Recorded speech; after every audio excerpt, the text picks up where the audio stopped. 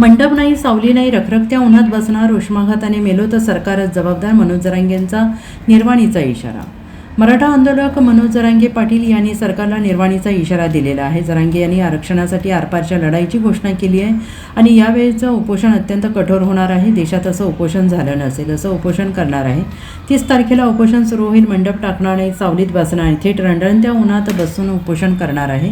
मी उष्माघातानं मेलो तर त्याला सरकार जबाबदार असेल, मुख्यमंत्री देवेंद्र फडणवीस जबाबदार असतील असा इशारा जरांगे यांनी दिलेला आहे. मनोज जरांगे पाटील यांनी अंतरवाली सराटीत आज पत्रकार परिषद घेतली. भाजपचे नेते प्रसाद लाड हे जरांगेंना भेटायला आले होते, पण त्यानंतर सरकार दरबारी आरक्षणासाठी काहीही हालचाल झालेल्या नाहीत. त्यामुळे मनोज जरांगे हे अस्वस्थ झाले आहेत.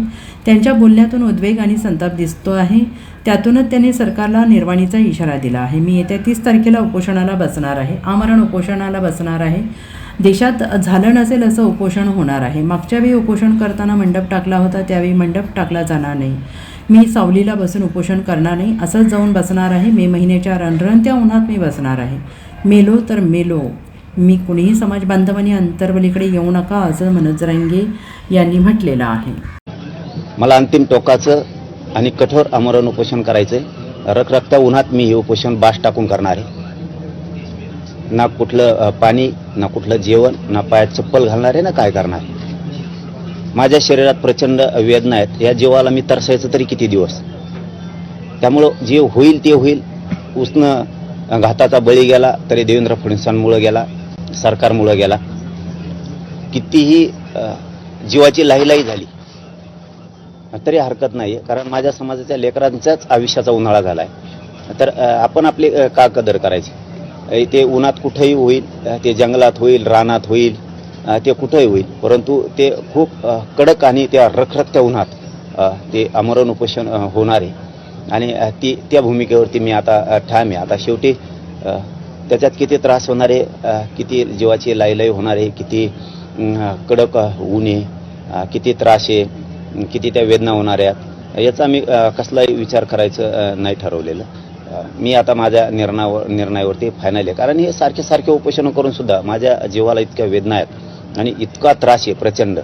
एकदा कुठंच ते तुकडा पडू दे, सरकारचा तुकडा पडेल नाही तर माझ्या जीवाचा तरी पडेल. या भूमिकेवरती मी फायनलच आता आलेलो आहे की आपण किती दिवस आता हे असं करत राहायचं. सरकारनं किती दिवस शब्द द्यायचे आणि आपण किती दिवस त्यांना वेळ द्यायचा.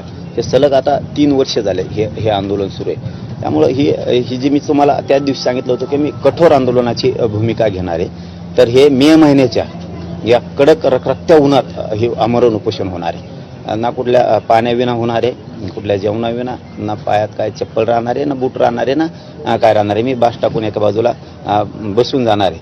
ते जे होईल ते होईल, त्याचा विचार मी नाही करा. जर माझ्या शरीराचा मी विचार करायला गेलो तर माझ्या समाजाच्या लेकराचा उन्हाळा करून टाकला आहे या सरकारनं. त्यामुळं कुठंतरी आता हे थांबलं पाहिजे. त्यांनी याचं आश्वासन द्यायचं आणि आम्ही ते बार ऐकत बसायचं. एकदाचं होऊ जाऊ दे आणि हे झालं फायनल. याच्यावरती कुठलाही बदल नाही, काही होणार पण नाही. आणि माझ्या मराठा समाजाला विनंती की कुणीही अंतरवलीकडं तुम्ही येऊ नका, कारण सरकारनं मराठा समाजावरती खूप माया दाखवली की त्यांना ऊनच लागल, त्यांना विठीसच धरायचं नाही, म्हणजे माया दाखवली. Bureau report, SBN Marathi, Jalna.